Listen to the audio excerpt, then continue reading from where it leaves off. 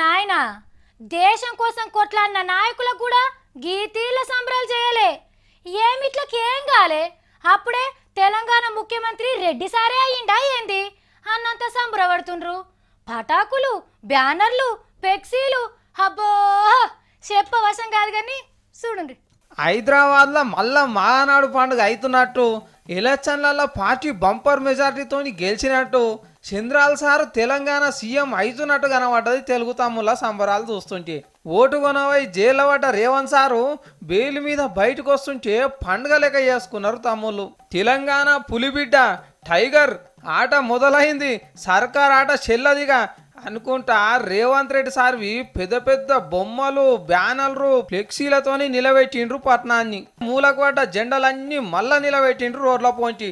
షెర్లపల్లి jail కాడికైతే యాత్రకు పోయినట్టే పోయినరు party కార్యకర్తలు.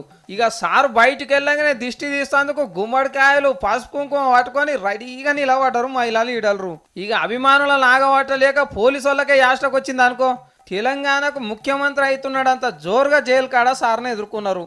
తొవ్వపోంచి పటాకులు కాల్చుడు, మిఠాయిలు వంచుడు, షీటీలు కొట్టుడు, ఎగురుడు, దుంకుడు, అబ్బో ఇక చిన్నగా సాగలేదు జైల్లోకి వెళ్ళి ఇంటికి వస్తున్న యాత్ర. ఇక పాల ప్యాకెట్లతోని సారు ఫోటోలను కూడా అడిగిరంట. గప్పట్లా జగన్ జైలుకు పోయి బయటకు వచ్చినప్పుడు గిట్లనే జోర్దార్గా ఎదుర్కొంటుంటే ఇప్పుడు జెండాలు పట్టించి ర్యాలీలు తీపించుకుంటున్న ఇదే రేవంత్ అన్న ఏమన్నాడో ఈనుండ్రి. చూస్తుంటే ఆ చెంచల్ కూడా జైలుకు వైఎస్ఆర్ పార్టీ జెండా కూడా కట్టేటట్టు ఉన్నారు. అయ్యా మహాప్రభు, అది జైలు, నేరస్తులను అక్కడ వాళ్ళని సరైన దారిలో పెట్టడానికి ఆ జైలు. అన్న రేవంత్ అన్న చూసినావే ఏడాది అయిందో లేదో ఏమైందో, గప్పుడు జగన్ అన్న మాటలే మళ్ళీ ఇప్పుడు నీ దాకచ్చనా.